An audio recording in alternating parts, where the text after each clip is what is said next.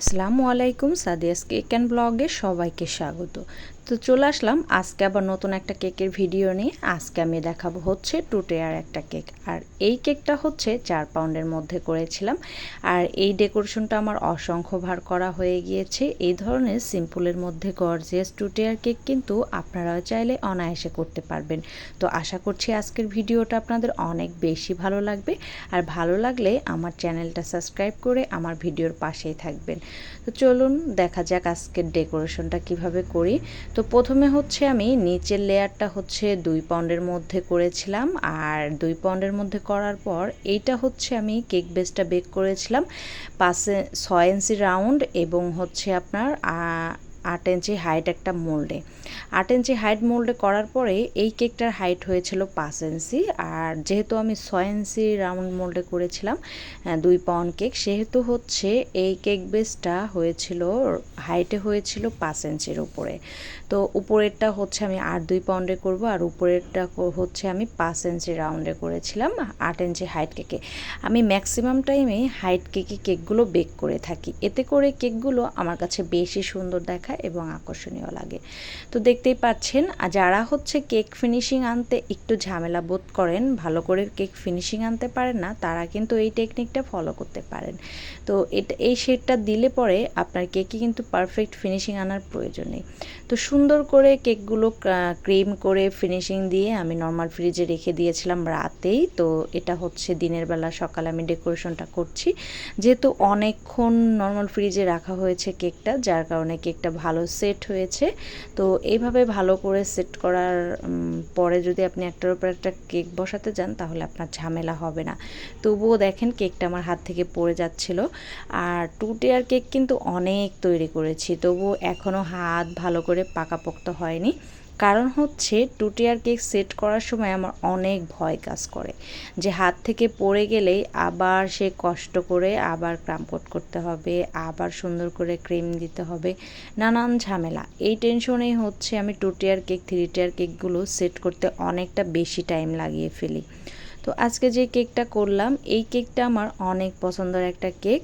আর যেহেতু ডিজাইনটা খুবই সিম্পল, নতুন যারা কাজ করেন তারা কিন্তু এই ধরনের ডিজাইনগুলো করে আপনি কেকগুলো আকর্ষণীয় করে তুলতে পারবেন। আমার ক্লায়েন্টরা এই ধরনের কেকগুলো অনেক বেশি লাইক করে। আর আমি সব সময় চেষ্টা করি হালকা কেকের মধ্যে, হালকা ডিজাইনের মধ্যে কেকগুলো করার। অতিরিক্ত গর্জিয়াস ভালো লাগে না। তবুও এই কেকটা কেন জানি না একটু গর্জিয়াস লাগছিল, কারণ এই কেকে যে আমি 1M নজেল দিয়ে ডেকোরেশনটা করেছি, এই ডেকোরেশনটা করতে যেয়ে কেকটা হচ্ছে বেশি গর্জিয়াসনেস হয়ে গিয়েছিল। আমার মতে যারা নতুন ডিজাইনার, যারা হচ্ছে একদমই বেকিং আইটেম নতুন কোর্স করেছেন, তারা হচ্ছে 1M 6B 2D এই ধরনের নজেল দিয়ে বেশি বেশি করে ডেকোরেশন করবেন। এতে করে আপনাদের হাতও চালু হয়ে যাবে এবং কাজের পরিমাণটাও অনেক সুন্দর হয়ে যাবে।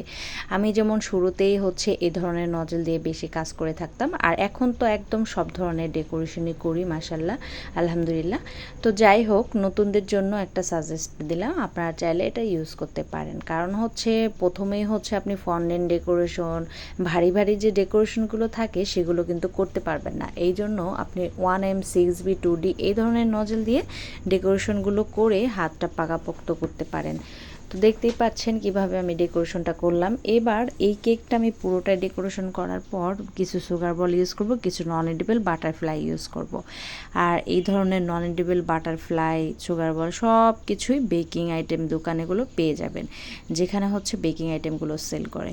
আর ইদানিং বেকিং আইটেমের প্রচুর পরিমাণে দাম বেড়েছে, যার কারণে হচ্ছে একটু হিমশিম খেতে হচ্ছে। প্রত্যেকটা আইটেমই দ্বিগুণ দাম বেড়েছে। আর আমরা কিন্তু প্রাইস বেশি দিয়ে প্রোডাক্ট কিনি, বাট আমাদের কেক কিন্তু আমরা প্রাইস বেশি দিয়ে সেল করতে পারি না। কারণ হচ্ছে ক্লায়েন্টদের একটাই অভিযোগ থাকে, এত দাম বাড়িয়েছেন কেন। কিন্তু ক্লায়েন্টরা বোঝে না যে আমরা প্রত্যেকটা আইটেম কতটা মূল্যে কিনে এনেছি আর কতটা খরচ পড়েছে। কারণ বেকিং আইটেমের আগুনের মতো দাম বেড়েছে। এত দাম বাড়ার কারণে খুবই কষ্টে আছি, ভালো ভালো প্রোডাক্টগুলো বেশি আনতে পারছি না। অনেক প্রোডাক্ট দরকার, বাট অল্প অল্প করে আনতে পারছি। তো দেখতেই পাচ্ছেন কেকটা কিন্তু মোটামুটি শেষ। আর কেকটা করেছিলাম আমি হালকা পিঙ্কের মধ্যে, বেবি পিঙ্ক বলতে পারেন। কেকটা এই পিঙ্কের মধ্যে আমি করার চেষ্টা করেছি। আর যে বাটারফ্লাইগুলো দিচ্ছি এই বাটারফ্লাইগুলো খাওয়া যাবে না, এগুলো নন এডিবল। এই যে খাওয়া যাবে না নন এডিবল বাটারফ্লাই, এই বাটারফ্লাইগুলো জাস্ট ডেকোরেশনের জন্য ইউজ করছি। আর এত সুন্দর বাটারফ্লাই, বাট এগুলো ফেলে দিতে হবে, খাওয়া যাবে না, এটাই আফসোস। ডেকোরেশন করার জন্য অনেক কিছু ইউজ করতে হয়, বাট এই ধরনের নন এডিবল বাটারফ্লাইয়ের অনেক প্রাইস হাই দিয়ে কিনে এনেও কিন্তু ডেকোরেশনের পর এগুলো ফেলে দিয়ে খেতে হবে। তো লাস্টে কিছু আমি হোয়াইট কালারের সুগার বল দিয়ে দিচ্ছি, এতে করে কেকটা আরও বেশি আকর্ষণীয় লাগবে। তো দেখতেই পাচ্ছেন কেমন হলো আজকের এই কেকটা, সিম্পলের মধ্যে খুবই গর্জিয়াস। এবার একটা বার্থডে টপার দিয়ে দিয়েছিলাম আমি, আরও সুন্দর লাগছিল কেকটা।